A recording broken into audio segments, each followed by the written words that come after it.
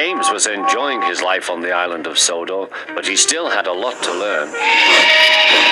You're a special mixed traffic engine, said the Fat Controller. You can pull coaches or trucks quite easily, but you must learn by your mistakes. James knew what the Fat Controller meant. He could well remember that dreadful accident on his first day. Be careful with the coaches, James, said Edward. They don't like being bumped. Everyone came to admire James.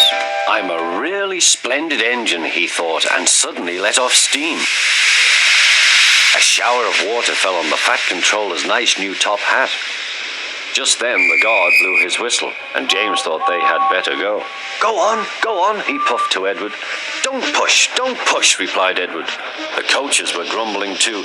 Don't go so fast, But James didn't listen.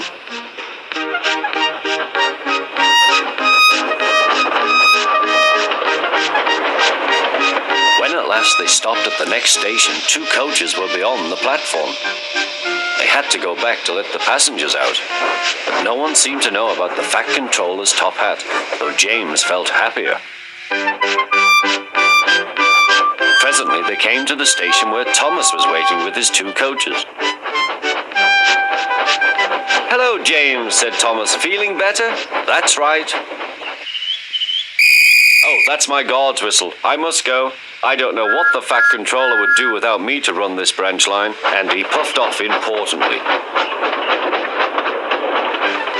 Edward and James passed the field where James had had his accident. The fence was mended and the cows were back again.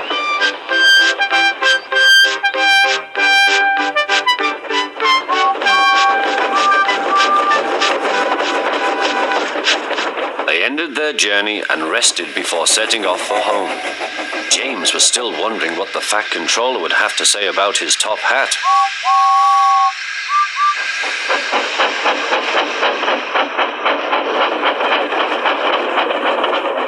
Next morning, the Fat Controller spoke severely to him.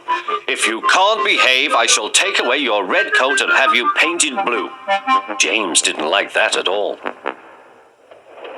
He was very rough with the grumbling coaches as he brought them to the platform. Don't talk, come on, he called to them. Gordon never has to fetch his own coaches, he thought to himself, and he's only painted blue. To make James even more cross, this time no one came near him. I'll show them, he thought. They think Gordon is the only engine who can pull coaches.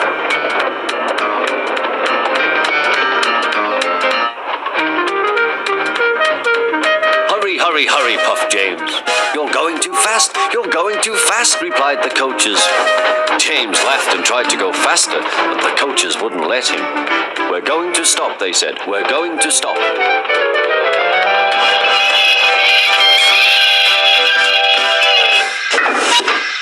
What's the matter? James asked his driver. The brakes are hauled on. Leak in the pipe, most likely. You've banged the coaches enough to make a leak in anything. How shall we mend it? Said the guard. We'll do it with newspaper and a leather bootlace, replied the driver. Well, where is the bootlace coming from? Asked the guard. Ask the passengers, said the driver.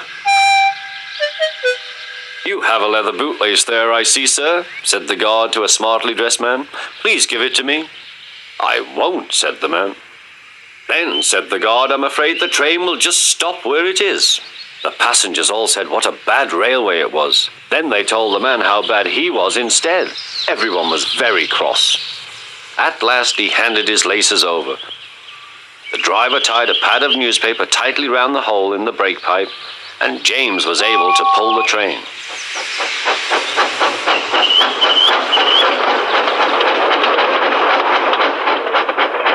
But he was a sadder and wiser James, and took care never to bump coaches again.